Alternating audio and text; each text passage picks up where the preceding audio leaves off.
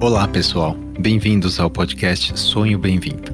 Sou Renato Tomioka, ginecologista especialista em medicina reprodutiva. E este podcast é produzido pela Arte Academy com o apoio da Clínica Vida Bem-vinda. E tem o foco de trazer para você o que há de melhor e mais atualizado na ciência da reprodução humana com a nossa experiência clínica do dia a dia. Acreditamos muito na força da boa informação e o nosso objetivo é ajudar quem precisa a atingir o sonho de ter um filho através de conteúdos de alta qualidade reunidos por quem trabalha com infertilidade. Para mais detalhes, entre no site arte-academy.com.br/podcast.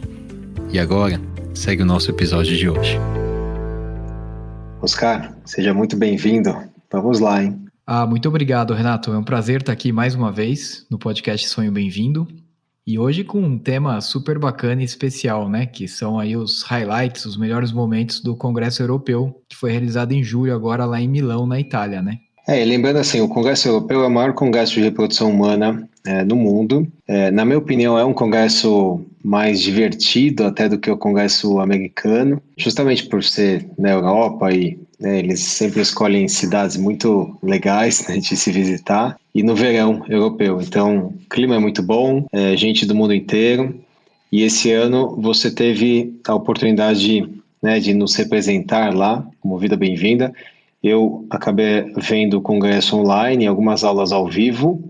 A ideia aqui é a gente fazer um scientific update mais voltado. Claro, nós vamos falar termos específicos, tem colegas médicos aqui ouvindo, mas certamente vai ser muito interessante também para as pacientes, né? Então vamos lá, a gente pensou em seguir boa parte da sua apresentação, Oscar, que você fez na nossa reunião clínica da Vida Bem-vinda à Arte Academy, faz 2 semanas, e em que você descreve dia a dia ali do congresso. Então, dá um panorama para a gente, para quem nunca teve a oportunidade de participar de um congresso europeu, Oscar, contextualiza para a gente como é que é o clima, como é que funciona ali o dia a dia, e a gente vai mergulhar aqui nas apresentações. Legal, Renato. Então, assim, o Congresso Europeu, ele dura, vamos dizer assim, 3 dias e meio, né? Então, eles têm normalmente um primeiro dia de pré-congresso, que a gente chama, que são cursos muito específicos e muito direcionados e aprofundados em algum assunto. Então, você escolhe um assunto específico e faz esse curso. Esse ano, por questões aí profissionais, eu não consegui chegar no domingo para fazer o pré-congresso. Então, eu fiz só o que eles chamam de congresso mesmo, que foi na segunda, na terça e na quarta de manhã. Então aí são 2 dias e meio completos. É um congresso muito grande, é o maior, como você disse. São muitas sessões simultâneas, então eu confesso para você que a gente sofre um pouquinho, porque é muito comum a gente querer assistir 2 ou 3 aulas que infelizmente acontecem ao mesmo tempo. Mas agora são 6 salas, pelo menos, né, Oscar? Estava vendo? Pelo menos 6 salas Pelo menos 6 simultâneas, às vezes tem mais, tá? Porque tem uma parte da programação que eles chamam de uma programação, uma side, assim, ela não entra na programação principal, mas tem sessões bem interessantes. Então, no mínimo 6 sessões simultâneas. Então, a gente sofre um pouquinho porque a gente acaba perdendo coisas que a gente gostaria de ver ao vivo, mas pelo menos hoje em dia é legal que a gente consegue ver as aulas gravadas, né? Já é alguma coisa. E o clima é muito gostoso, né? Porque é o que você falou, verão europeu, gente do mundo inteiro. Eu acho o clima mais ameno e mais friendly, assim, do que o americano. O Congresso americano parece que é um clima mais tenso, né? Não sei o que acontece. Não sei se é porque é no frio também. Acho que o clima interfere. E do ponto de vista clínico, eu acho pra gente, assim, o europeu ele é muito interessante, né? Porque ele tem mais temas clínicos, médicos, de lida direto com a paciente e tem menos temas de pesquisa básica. O americano, ele tem bastante coisa de pesquisa básica, que também é interessante pra gente, mas que a utilidade prática no dia a dia talvez seja um pouco menor. Eu espero o ano que vem poder participar presencialmente, vai ser em Copenhague, que deveria ser, né? Acho que Copenhague seria a sede de 2020, mas como teve a pandemia, eles fizeram 100% online. Eu consegui, assim, participar de algumas aulas online, é muito legal. Aliás, acho que a transmissão foi muito bem feita, né? Não teve nenhuma queda até onde eu assisti, foi muito bem feito e hoje a gente consegue ter acesso a essas aulas todas. Então, vamos lá. O que você... Eu vou também comentando o que eu vi, né? A gente vai conversando aqui, Oscar, mas Comenta aí pra gente o que você viu no primeiro dia, ali na segunda-feira. Legal. De interessante. Então, assim, logo que o congresso começa, a primeira aula do dia, na segunda, é sempre uma aula que é uma sessão única, aí não tem nenhuma concorrência, né? É uma sessão a principal que eles chamam. Eles chamaram um médico da Itália, eles sempre fazem isso, né? Chamam um cara do país anfitrião ali para falar alguma pesquisa interessante. E é uma pesquisa, assim, é sobre alteração seminal ou alteração no trato genital masculino provocado pelo SARS-CoV-2. São trabalhos científicos que o... Vulgo coronavírus. Vulgo coronavírus. É um médico italiano, um urologista que chama Mauro Gatti, mas assim, ele fez algumas publicações, mais do que uma, foram publicações de bastante impacto na época, 2020 e 2021, mostrando que sim, a Covid-19 tem um impacto negativo sobre a fertilidade masculina, principalmente em formas graves da doença. Claro, ele foi chamado pelo impacto que essa pesquisa teve na época da publicação, mas eu acho que hoje em dia, em 2022, com as formas atuais da doença, ficou um tema um pouco fora de data, assim, vamos dizer, né? Realmente a gente não tem visto mais quadros graves de Covid em pacientes homens jovens na faixa, vamos dizer assim, reprodutiva, de idade reprodutiva. Então, não é uma coisa que a gente tem muita utilidade hoje. Talvez assim, espremendo a aula dele, a mensagem principal que ele quis passar é que, se tiver forma grave da doença, cuidado, os primeiros 3 meses depois dessa forma grave, pacientes que precisaram internar ou foram para a UTI, eles podem ter uma alteração seminal grave que pode chegar até a zoospermia. Então, acho que essa é a mensagem principal. Mas, graças a Deus, a gente não tem tido mais essas formas graves em jovens, né? Perfeito. Então, acho que fica esse alerta. A gente acaba hoje vendo, claro, acho que a Covid-19, né, aquela doença do comecinho, hoje é uma doença diferente do que a gente está vendo em 2022, mas fica o alerta. Geralmente, no começo do congresso, Oscar, tem são essas keynotes, né? Então, essa keynote foi a primeira, mas geralmente eles colocam 2, né? E a segunda foi do Stratios Kolibianakis, né? Que, claro, é um grego. É um cara que eu gosto muito de seguir, né? Inclusive, um dos alertas que eu tenho do PubMed é com o nome dele. Então, tudo que sai com a publicação dele, eu acabo vendo ali. Ele é um cara muito inteligente, assim, um cara que usa muita lógica no raciocínio científico também. E ele acabou falando sobre o nome da palestra é Truths and Fallacies of Treatment Personalization in Reproductive Medicine, né? Então, as verdades e as falácias na personalização do tratamento dentro da reprodução assistida. E ele acaba, né, falando que a medicina personalizada seria a capacidade, é um conjunto de coisas, né? Dentre elas, determinar a predisposição a alguma doença, talvez com testes genéticos, né? E fazer uma prevenção específica, né, objetiva, e aí trazer essa personalização ao tratamento, né, quase que a gente usa muito aquela analogia do alfaiate, né, que você vai fazer uma roupa sob medida, né, e portanto um tratamento sob medida. Mas ele começa então a dissecar o assunto e falar que, por exemplo, dentro da estimulação ovariana, esses testes que a gente usa em alguns momentos, né, como o polimorfismo do receptor do FSH e o polimorfismo do receptor até do LH,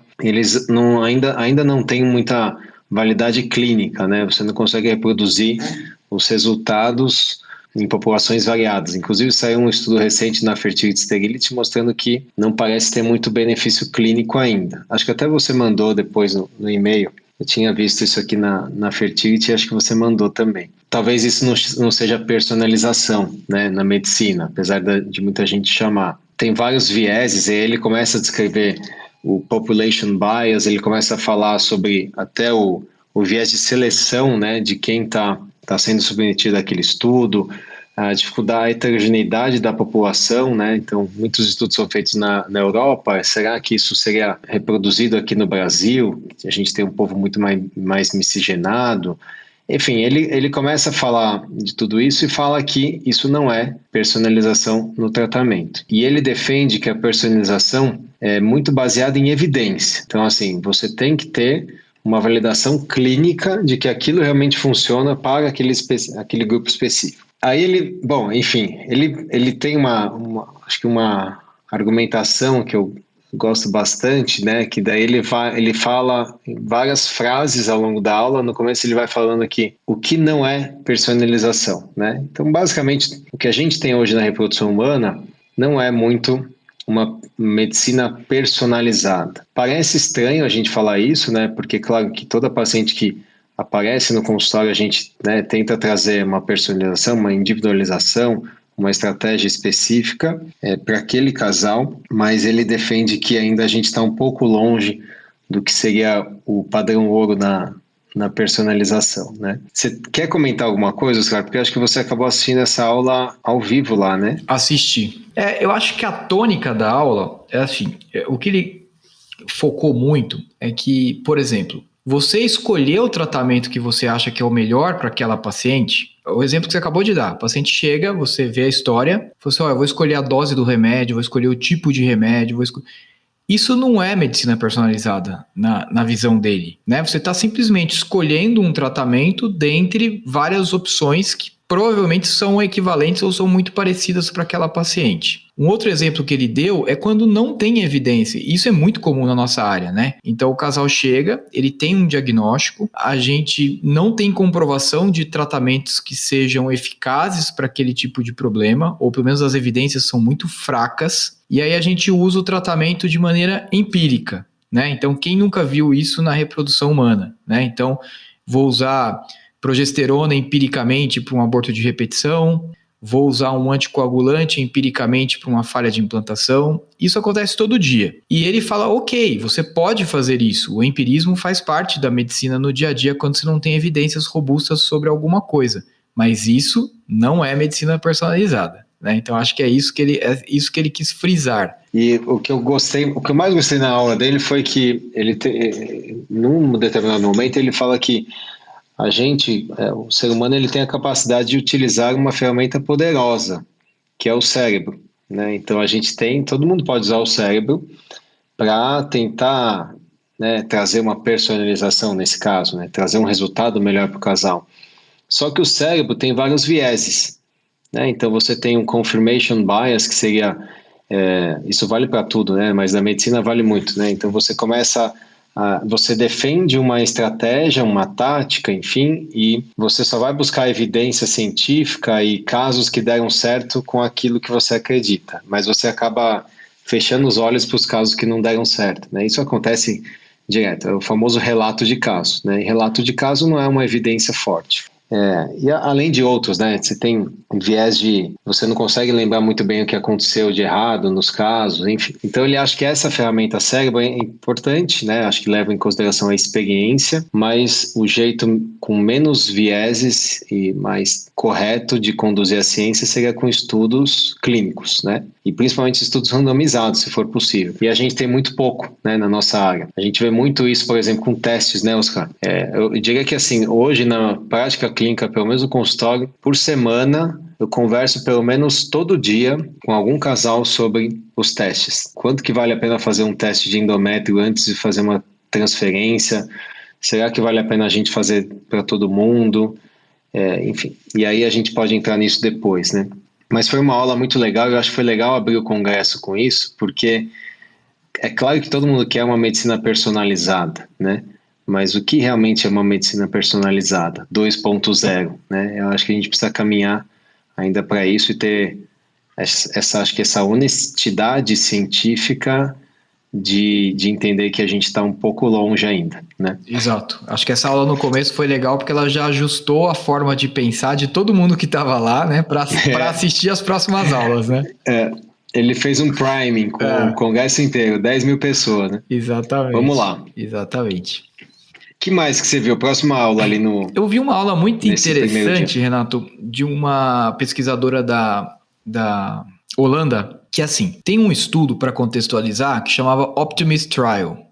E ele tinha o objetivo, ele já foi publicado, tal, de saber se aumentar a dose de remédio para pacientes com alta resposta e com baixa resposta se resultava em mais chance de gravidez, né? E o resultado inicial do estudo foi que não adianta você ficar aumentando a dose de remédio para quem tem baixa ou alta resposta. Então, assim, só para as pessoas terem uma ideia de dose, os médicos que estão nos escutando, alta resposta, a dúvida era dar 100 ou 150. Alta resposta, a dúvida era dar 225 ou dar 450, né? E o resultado do trial inicial é que isso não aumentava a chance de nascido vivo, né? E essa pesquisadora, ela fez uma continuação desse trial, porque aí é uma pergunta que a gente sempre se faz, né, Renato? Planejamento familiar. Ok, não aumenta a chance de ter o primeiro bebê, mas será que se você não usar mais dose de remédio, você consegue mais óvulos, forma mais embriões, deixa embriões congelados, e aí a pessoa tem mais chance de ter o segundo, o terceiro bebê com uma estimulação só? Porque, poxa, a gente sabe que a parte mais desgastante do tratamento para o casal, principalmente para a mulher, é a estimulação, né? São as injeções, os ultrassons, a anestesia, a coleta. E aí ela fez essa análise secundária, a continuação do estudo, e o que ela percebeu é que para as pacientes com reserva mais alta, você aumentar a dose do remédio, mais do que dobrava a chance dela conseguir ter um segundo filho fazendo uma estimulação só. Então, para quem usou 100 unidades, a chance de conseguir ter um segundo filho com uma estimulação era de 10%. E para quem usou 150 unidades, essa chance ia para 21%. A chance de ter um segundo bebê tendo feito uma fertilização in vitro só. Então, isso reforça um pouco aquela nossa questão de ajustar o tratamento para o planejamento familiar do casal, né? E se o casal quer ter mais filhos, estimular mais talvez seja uma boa ideia. Claro, desde que a mulher tenha potencial para ter essa resposta com mais óvulos, né? Porque também se tem uma reserva muito, muito baixa, você vai conseguir 1, 2, 3 óvulos, também não vai fazer tanta diferença assim aumentar a dose. Perfeito. Uma outra aula que você viu, que eu acho que foi foi uma aula sobre...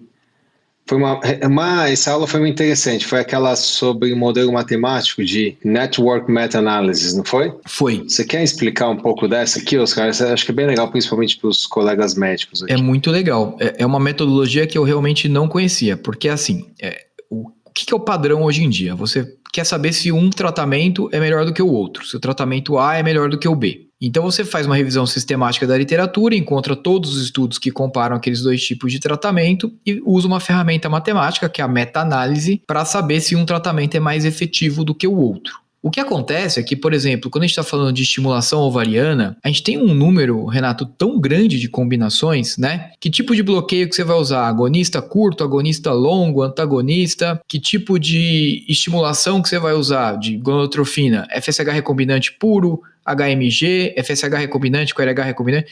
Então as combinações são tantas que não existem estudos comparando todos os tipos de combinação. É impossível, não tem. Então, o que ele fez é essa Network Meta-Analysis, que é uma ferramenta matemática, que ele consegue não só comparar os estudos que já existem, como fazer comparações virtuais entre estudos que nunca foram realizados. Então, acho que essa foi a parte mais interessante. É um estudo bastante legal de ler depois, né?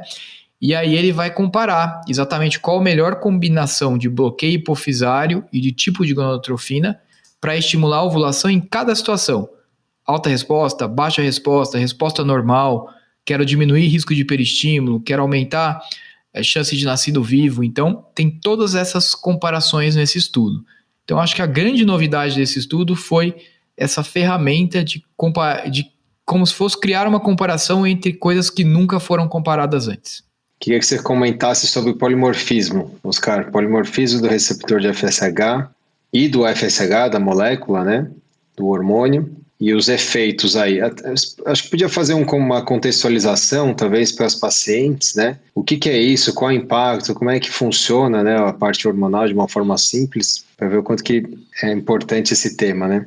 Exato. Então, assim, o que a gente sabe? Que para a ovulação acontecer, para o folículo crescer e ovular, a gente precisa de uma interação bastante complexa aí entre o FSH e o LH. Então, o FSH é o hormônio folículo estimulante, o LH é o hormônio luteinizante. O nosso organismo produz isso normalmente. E esses dois hormônios, que são produzidos na hipófise, no cérebro, eles agem diretamente sobre o ovário. E lá no ovário tem o receptor para esse hormônio. Tem o receptor para o FSH e o receptor para o LH. E o que já se sabe hoje é que algumas pessoas têm uma coisa que se chama polimorfismo, tá? Polimorfismo é como se fosse uma mutação muito comum. Ela é tão comum que a gente nem chama de mutação, né? É uma variação que tem na população geral. Então, assim, por exemplo, 80% da população produz um tipo de FSH, 20% produz um outro tipo. 60% da população tem um tipo de receptor para o FSH, 30% tem outro tipo e 10% tem outro tipo. Então, isso é o polimorfismo. São as variações que a gente encontra, variações normais, tá? Não é doença, não é mutação, variações normais na população. E o que sempre se procurou encontrar é porque, assim, a gente tem na prática clínica algumas pessoas que a gente dá o remédio e elas não respondem como a gente gostaria que elas respondessem e de uma maneira meio inesperada e meio inexplicada, né?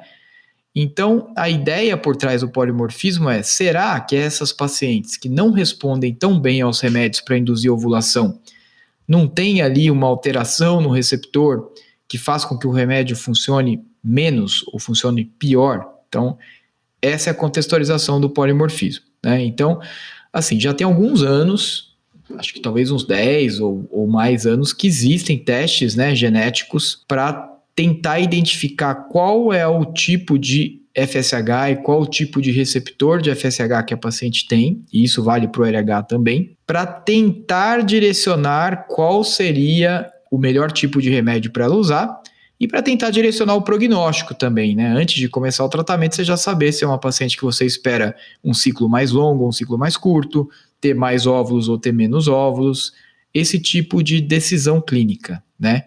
Então teve uma sessão só sobre isso, com um médico que chama Daniele Santi, da Itália, e com o Carlo Alvidi, né? Que é um médico que publica bastante em reprodução, né? Que ele é lá de Nápoles, né? É um dos que mais estuda receptor de polimorfismo e principalmente LH, né? Exato. Você chegou a assistir essa sessão, Renato? Não, essa eu não assisti. Eu não assisti. Assim, a verdade é que eles falaram, olha, os polimorfismos existem, os polimorfismos têm uma repercussão clínica, então tanto do FSH como do receptor do FSH, então às vezes o ciclo é mais longo, às vezes responde um pouquinho pior, mas essa repercussão clínica não parece ser significativa quando a gente pensa em resultado do ciclo, tá? Em chance de nascido vivo, etc. De maneira que só com as informações que a gente tem hoje, né, a gente não consegue muito sustentar do ponto de vista científico, de evidência científica, que esses polimorfismos devam ser realizados na população geral antes de fazer o tratamento de fertilização in vitro, tá? Então isso agrega custo, mas não agrega ganho de eficácia. O Carlo Alvidi, ele falou assim, olha, eu acho que tem um contexto que ajudaria.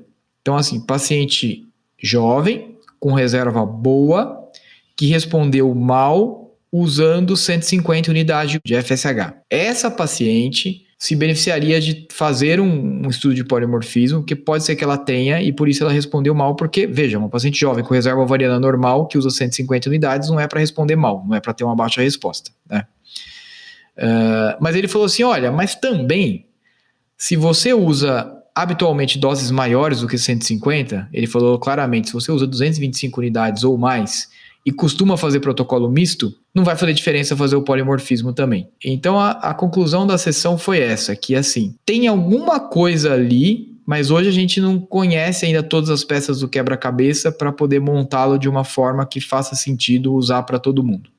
E aí vai ao encontro um pouco do estudo que você acabou de falar da Fertility, que acabou de sair depois do congresso, e é o que o Kolyabinakis falou na aula dele, né, de medicina baseada em evidência. Assim, não tem evidência ainda robusta para usar polimorfismo de receptor de FSH, nem de LH, para todo mundo. Talvez porque, assim, eu acho que quando tem muitos... Você acaba diluindo, né, um pouco do efeito, até porque é um receptor, né, existe uma heterogeneidade das mulheres, a gente tem várias medicações, né, então acho que é muita variável, aí você começa a perder um pouco do possível benefício daquela intervenção. Mas você teria que ou fazer um estudo enorme, com milhares, né, de pacientes, ou diferenciar muito bem, né, essas pacientes, pegar um grupo muito homogêneo e fazer essa tática aí. Eu queria que você falasse desse aqui, Oscar. Esse é um tema interessante, principalmente para os pacientes aí, claro, médicos também, que é um tema, foi acho que uma holandesa, né, que fez essa apresentação sobre um pouco da experiência da paciente, né? Conta pra gente o que você viu aí, o que você achou. Essa era uma sessão de várias aulas sobre a experiência da paciente. Essa da médica holandesa, ela foi muito interessante, porque ela foi estudar quais eram os drivers, assim, quais eram as coisas que motivavam a paciente em relação a fazer ou não fazer o tratamento, né? Então ela viu que, por exemplo, o desgaste físico e emocional com o tratamento talvez fosse uma das coisas que mais pesassem na hora da paciente decidir por fazer ou não.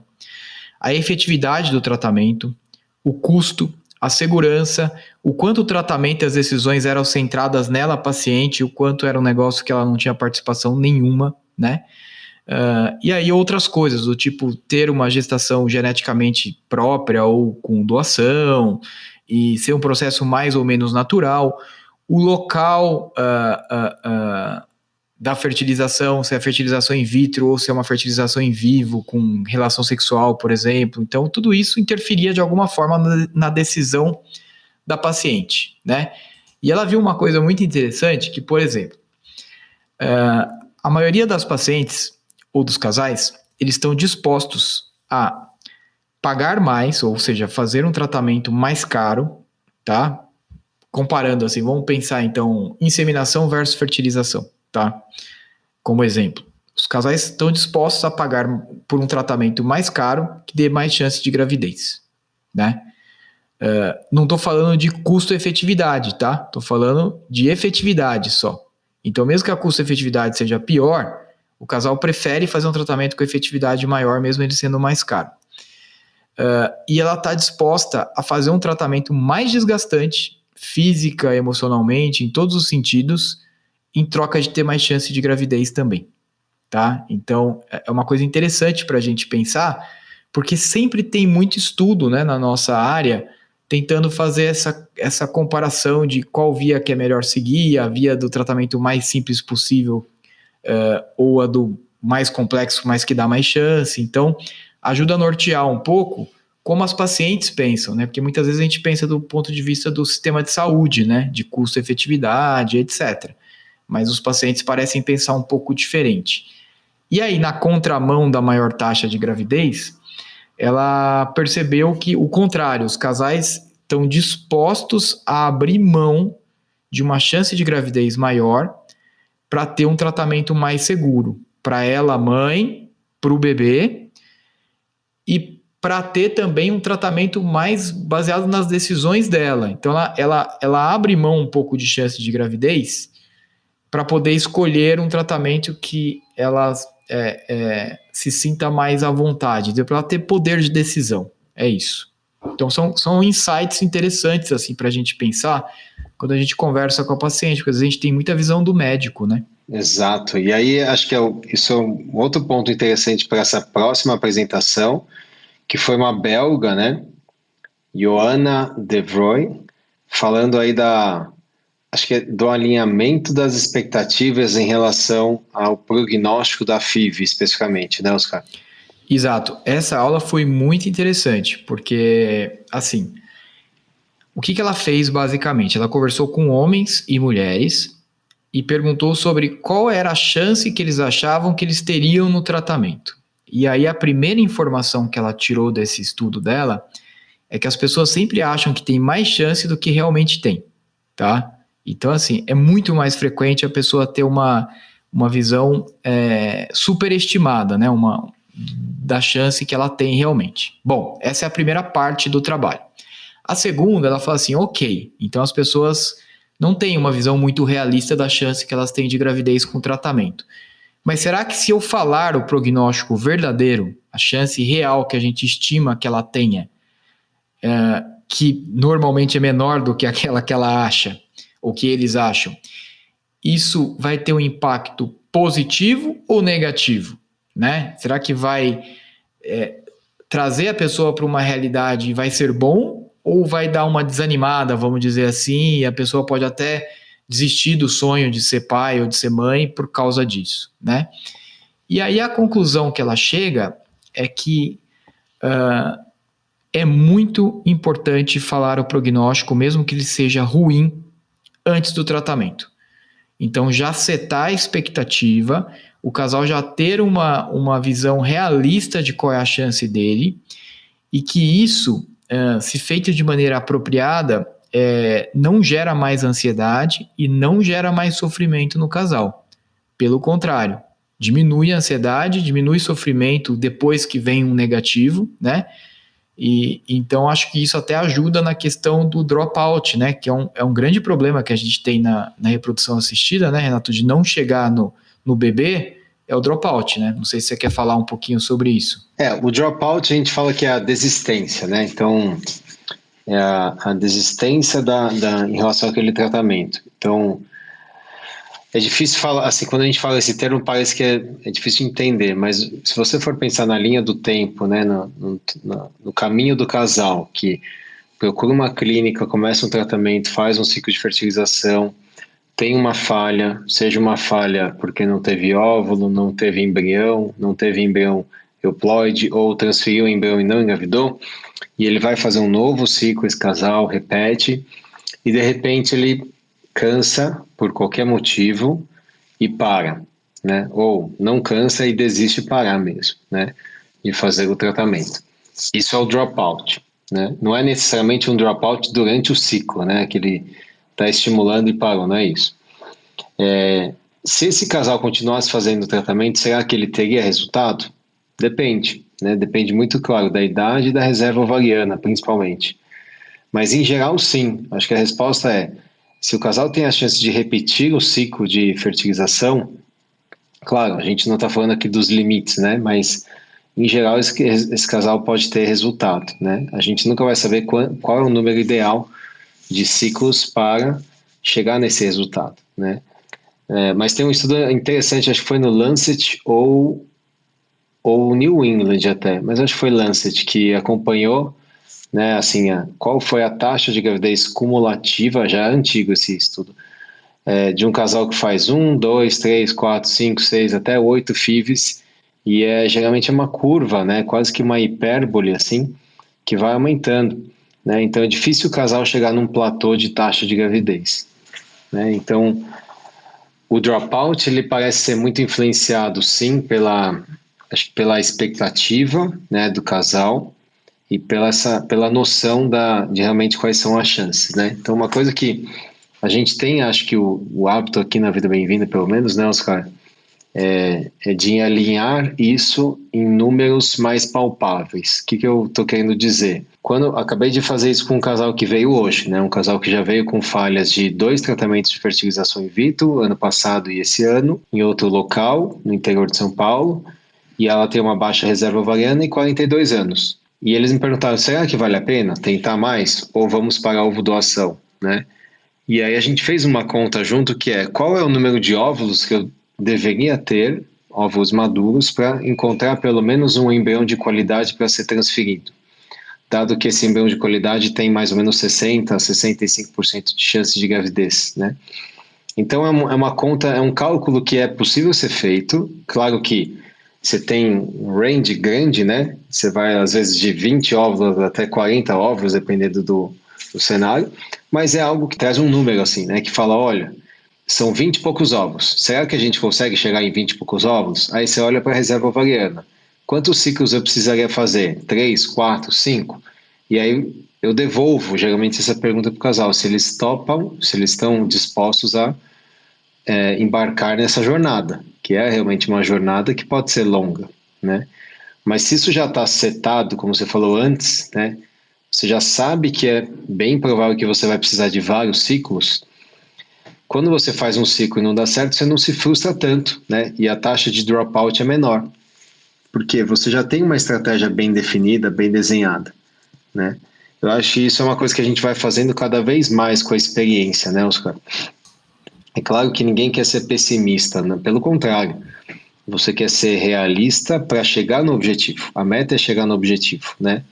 E não perder energia ou foco no meio do trajeto, né? E eu concordo plenamente, eu acho que a expectativa tem que ser alinhada antes de começar o trajeto. Porque no caso desse casal, por exemplo, que é um exemplo muito comum, né? Eu acabei falando um exemplo que eu atendi hoje, mas é um exemplo muito comum. Eles poderiam decidir pela ovodoação, né? Que às vezes com um ciclo de ovodoação você consegue atingir uma taxa de gravidez muito maior do que às vezes com 3 ciclos de óvulos próprios, né? Então isso tem que ser colocado na mesa, né? Eu falo, vamos colocar as cartas na mesa para decidir. E a gente toma uma decisão em conjunto. O dropout ele é muito importante a gente pensar, né? O Duo-Steam, por exemplo, né, no fundo é um tratamento que visa reduzir o dropout. O próprio grupo italiano viu que os casais que precisam de mais de um ciclo e não fazem o Duo-Steam, às vezes tem uma taxa de dropout, acho que no estudo original foi 92%. E no Duo-Steam não, porque você já sabe que você vai fazer 2 ciclos, né? Então é só um jeito de encarar isso, né? Exato. Você pode chamar do que for, né? Teve tá até pegando um gancho aqui, Oscar. A próxima aula foi disso, no dia. Foi disso. Do Big Picture. Foi uma médica portuguesa, né? Mariana Souza Leite, que ela chama. E ela falou exatamente isso, assim. Além do prognóstico, você traçar o plano e já discutir... ela chamava de CUT, né? Que era aconselhamento sobre um tratamento sem sucesso, né? Unsuccessful treatment, que é uma coisa que habitualmente as clínicas e os médicos fazem depois que não deu certo. Então você, tá bom, seu tratamento não deu certo, o que faremos agora? E ela discutiu justamente trazer isso para antes do primeiro tratamento. Então você, olha, a gente vai fazer isso, se não acontecer a gravidez aqui, a gente vai fazer isso. Se não acontecer aqui, entendeu? Dá o big picture antes de começar. Isso é muito benéfico. A maioria das pacientes quer isso, ou dos casais quer isso, e gostam disso. E isso minimiza sofrimento lá na frente para os dois lados, inclusive para o médico.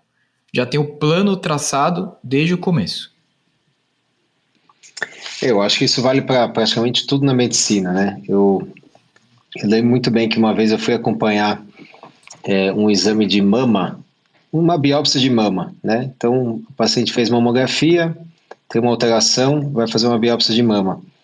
E me chamou muita atenção que foi muito bem feito o exame por um colega nosso, e ele parou mais ou menos uns 10 minutos antes de começar o exame para explicar tudo que ia acontecer e que poderia acontecer. Ao invés de já começar a fazer o exame, sabe? Ao invés de falar, olha, deita aqui, vou fazer isso aqui agora, já vou fazer a punção. Não, ele explicou antes. Então ele alinhou, ele já deixou tudo certinho.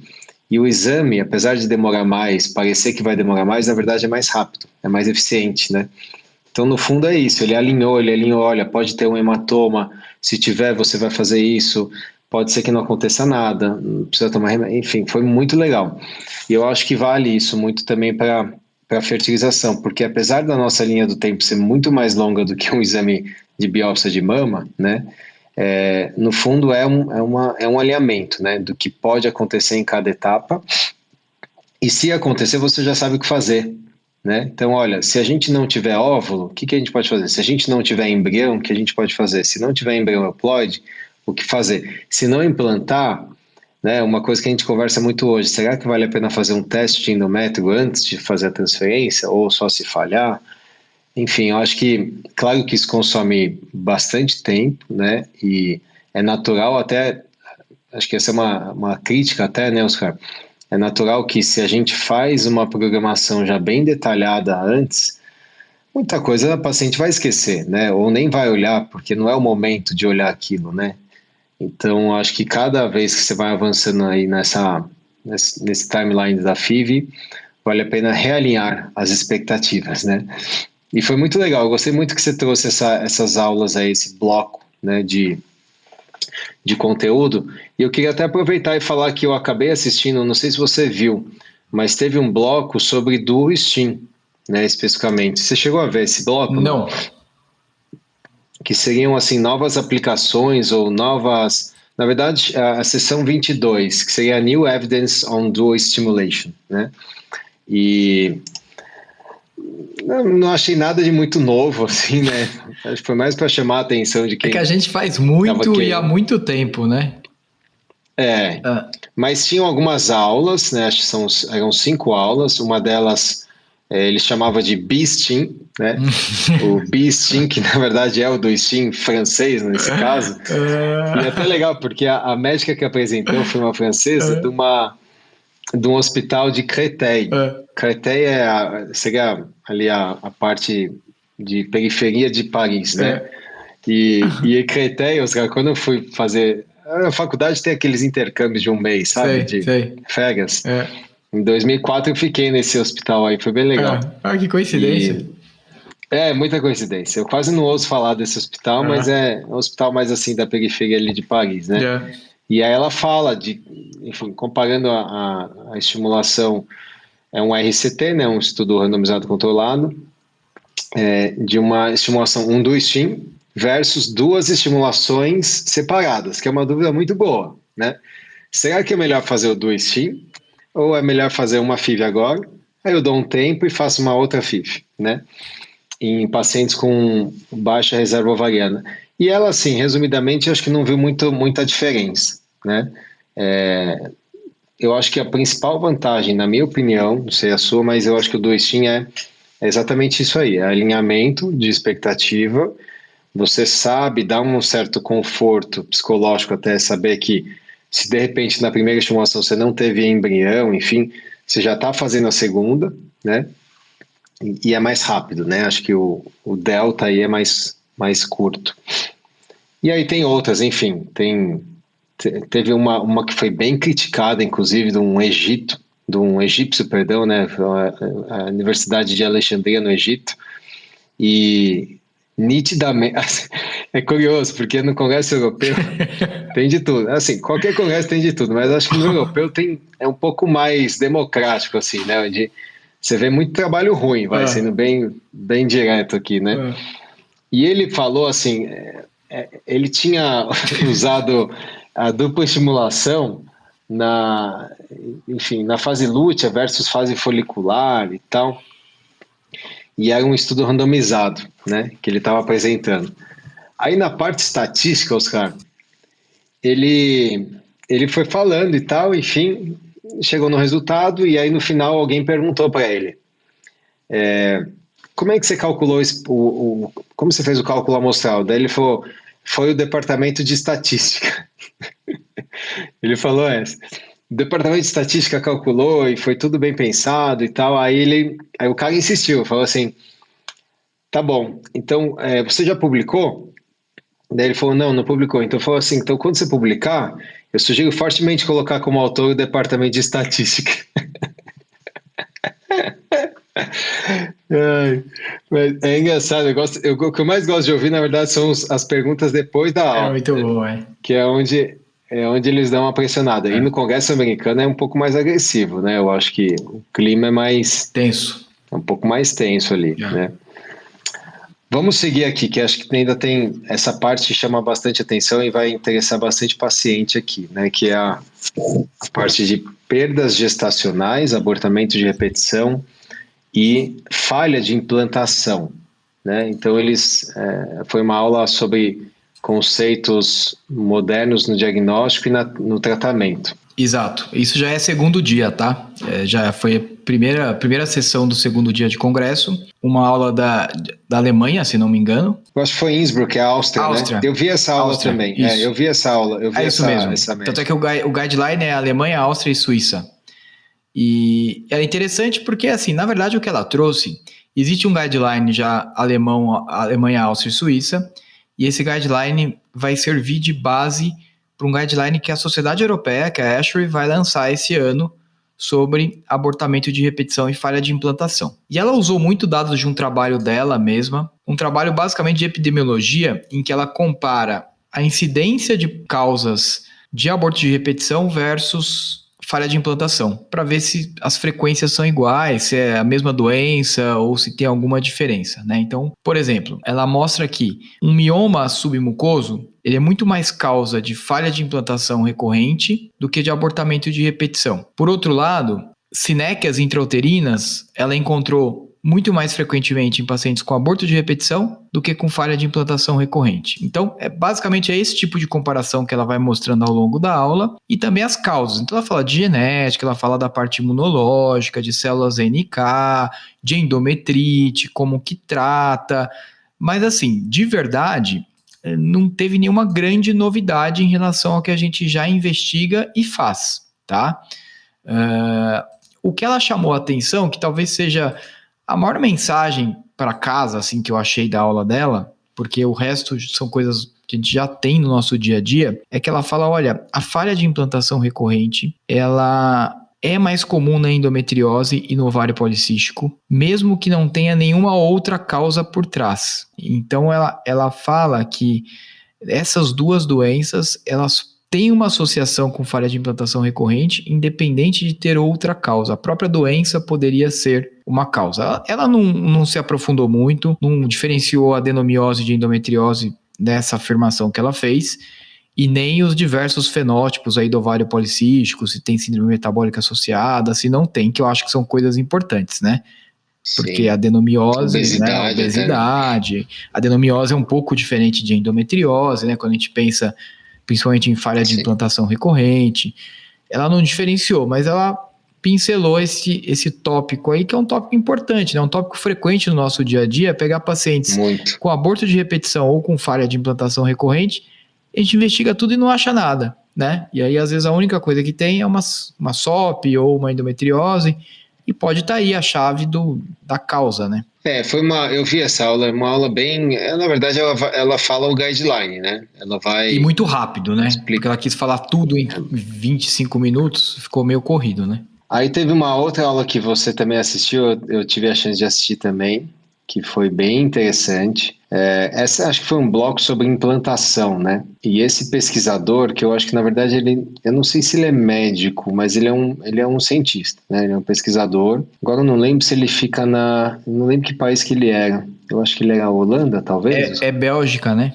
É Bélgica, tá. É Leuven, né? Ele É Bélgica, né? E ele fala sobre as novas opções, aí sim, de um approach personalizado para aumentar a implantação, né? E aí ele começa, eu acho que o começo da aula é interessante, que ele fala do Egito Antigo, né? Falando que desde aquela época se usava coisas, né? Ele cita o alho, né? Como um agente ali para aumentar a fertilidade.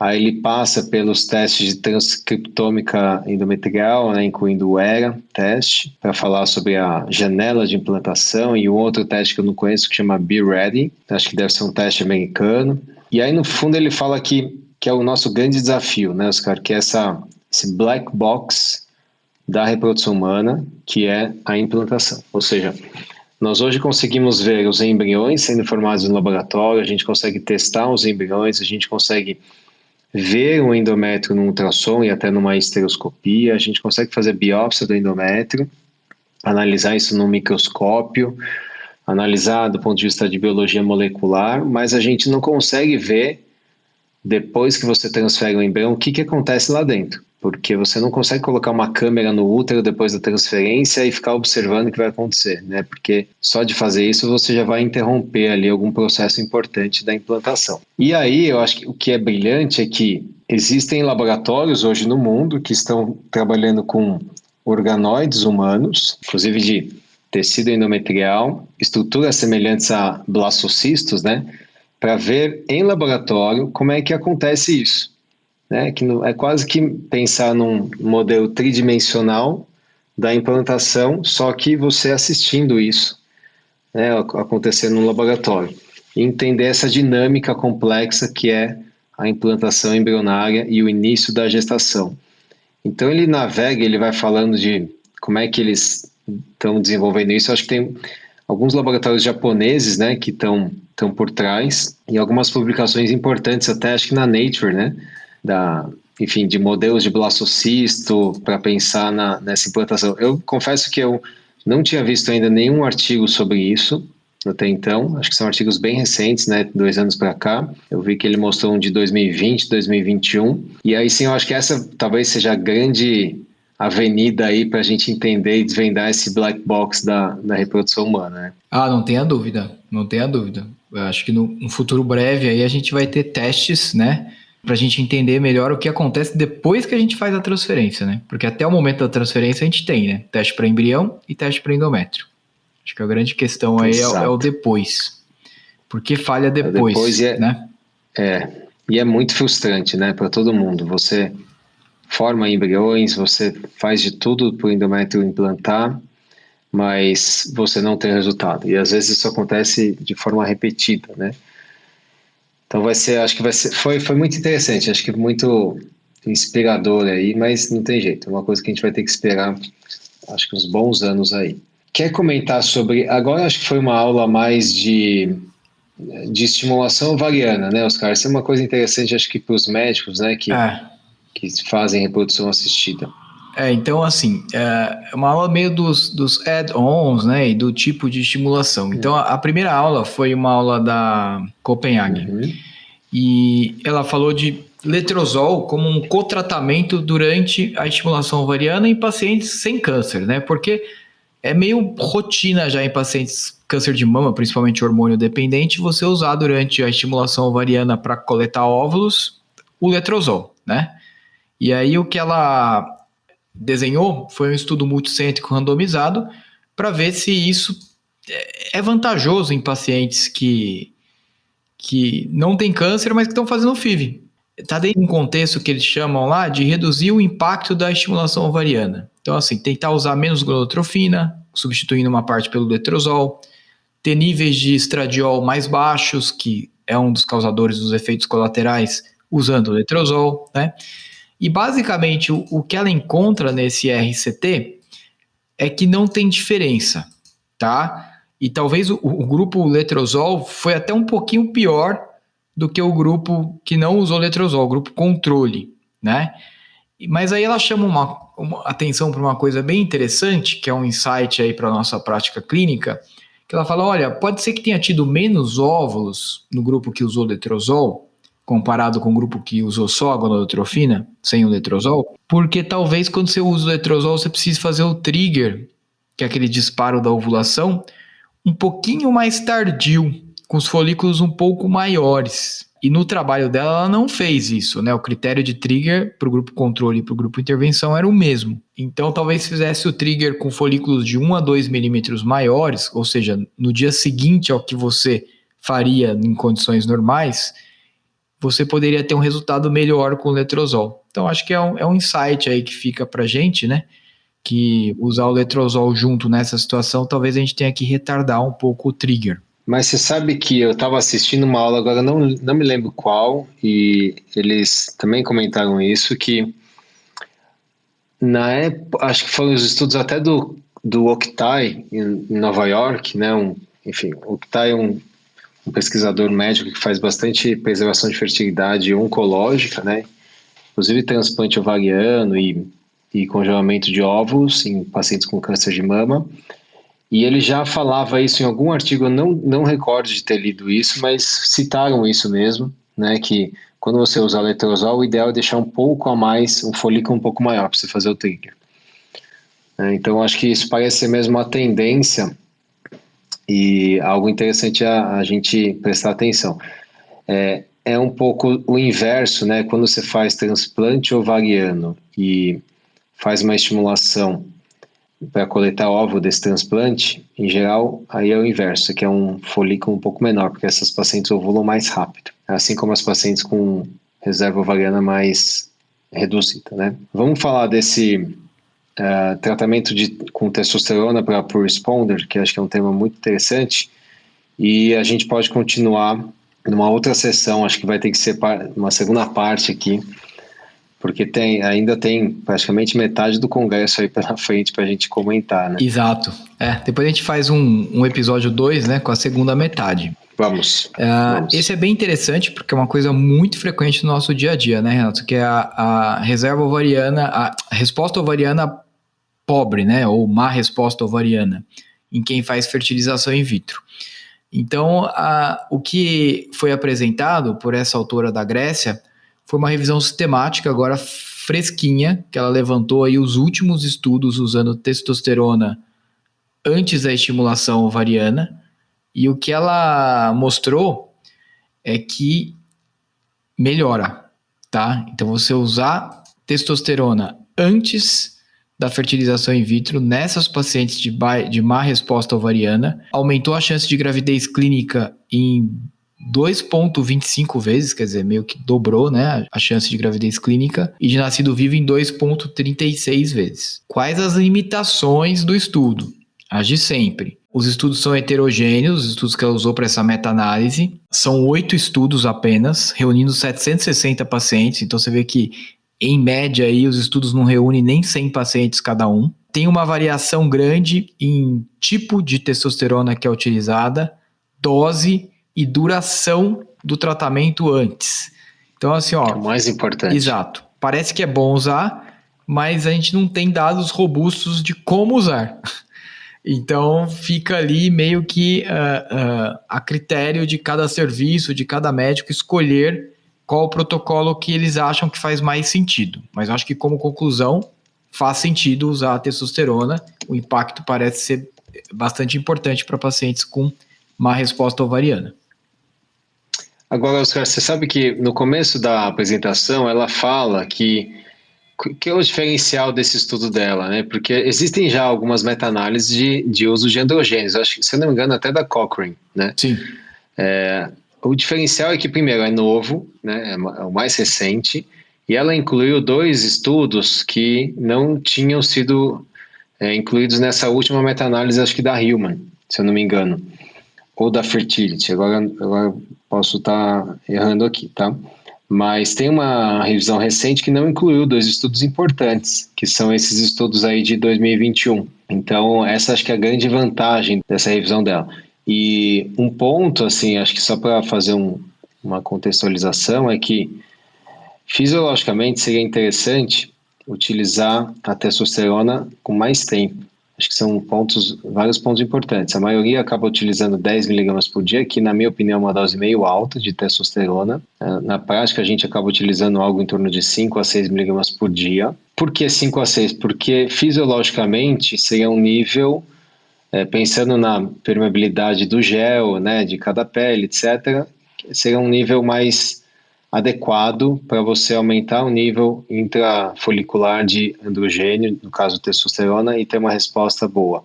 Talvez o excesso de testo seja ruim, né? Pensando, por exemplo, no modelo de paciente com síndrome dos ovários policísticos, né?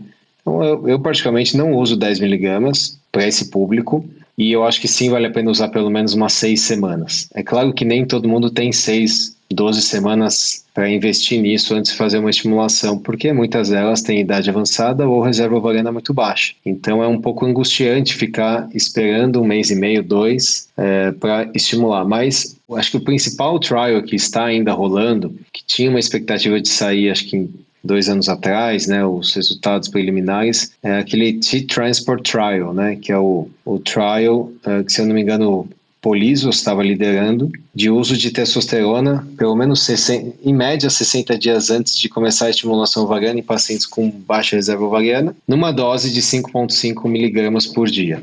Né? Então esse é, acho que o grande trial aí que pode mudar a nossa prática clínica, e acho que já está, teoricamente, deveria já ter sido finalizado, né, esse estudo. Estou vendo aqui no clinicaltrials.gov, o tempo estimado para completar agora está estendido até junho de 2023. Talvez eles acabem ainda esse ano, 2022. Então, eu acho que ano que vem a gente deve ter sim um estudo mais bem feito, randomizado, com o tempo certo, né, pensando na fisiologia aí, para ver se realmente testosterona pode ajudar esses pacientes. E se ajudar, talvez seja interessante sim investir um tempo maior antes de começar a estimulação, né? Exato. Muito bom, Oscar. Bom. Acho que Fizemos metade, foi né? uma maratona. Meio congresso. Foi uma maratona, mas... né, meio congresso, e detalhe, que isso aqui são só os highlights do congresso, hein?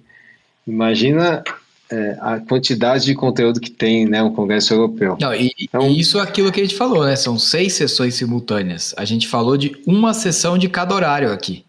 Exatamente. Imagina. Que para nós, acho que foi o highlight baseado em que a gente viu, né, assim, de títulos, né? Porque é claro que a gente não assistiu o congresso inteiro, acho que é impossível. Impossível. Mas do que a gente viu, que foi mais do que a gente falou aqui, acho que é o que a gente trouxe interessante aí, né? Então, fica agora o convite, Oscar, para a nossa próxima conversa, sobre a parte 2 dos highlights aí do Asher 2022. E vamos ver se a gente já consegue conversar sobre isso já em breve. Ó, parte 2, já vou falar cenas do próximo capítulo aqui, tem coisas de endometriose bem interessantes. Exato, que a gente praticamente não falou nada aqui de endometriose nesse podcast. tem coisa de genética, de mosaicismo, de biópsia embrionária, tem bastante assunto nessa segunda metade, hein? Eu acabei, preservação da fertilidade em pacientes com endometriose, eu acabei assistindo muita sessão de endometriose e eu quero falar bastante também nesse próximo episódio aí, pra gente deixar um teaser. Um abraço, Oscar. Abraço, Renato. Obrigado. Até a próxima. Tchau, tchau. Obrigado por estar conosco nesse episódio do Sonho Bem-vindo. Se você estiver interessado em saber mais sobre o que conversamos nesse episódio, entre no site arte-academy.com.br/podcast. Você pode nos encontrar no Instagram, @arte.academy e @vida bem-vinda. Se você gostou desse podcast, ficaremos muito felizes de ouvir sua opinião nos comentários da Apple Podcast ou qualquer plataforma que esteja usando. Esse podcast tem caráter meramente informativo e educacional. Não deve ser utilizado para realizar autodiagnóstico ou automedicação. O conteúdo não é feito para substituir a consulta com um profissional de saúde. Em caso de dúvidas, consulte o seu médico. Somente ele está habilitado a praticar o ato médico, conforme recomendação do Conselho Federal de Medicina. Nenhuma relação médico-paciente é estabelecida aqui nesse canal. E somos muito transparentes em relação aos conflitos de interesse, e levamos isso a sério. Para saber mais, entre no site arte-academy.com.br/sobre.